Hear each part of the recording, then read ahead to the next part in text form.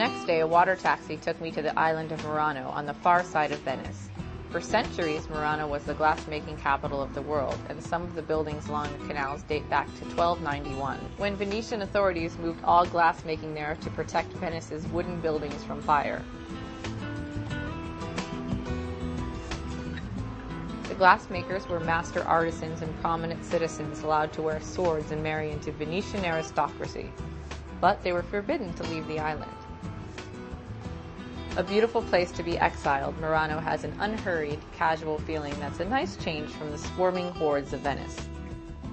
A glass-blowing demonstration at the Senedese foundry began with a 2,000-degree kiln and a lump of molten glass rolled on a steel table to cool the outside.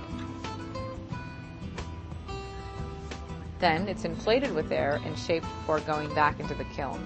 The glass can only be worked for the few seconds that it remains in a semi-liquid state.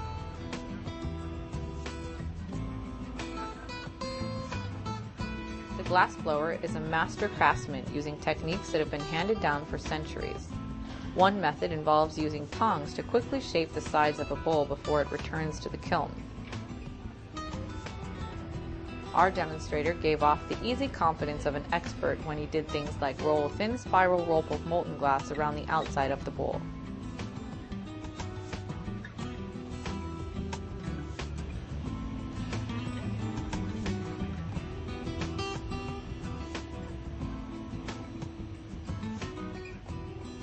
I was pretty impressed, but when he pulled the softened and flattened bowl out of the kiln and spun it around a couple of times to produce scalloped edges, I discovered that glass blowing could be mind-blowing.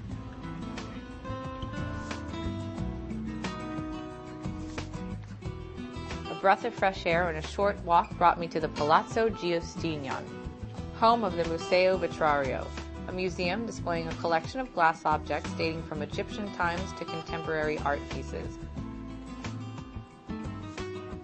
I learned that glass from the Venetian Republic was superior because of the unique quality in the local quartz used to make it.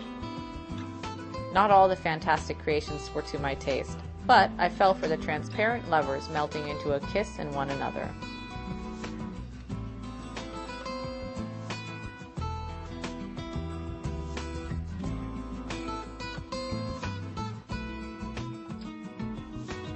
The canals in Murano are wider and less crowded than in Venice, so it's a particularly pleasant place to dine by the waterside and people watch as everyone passes by.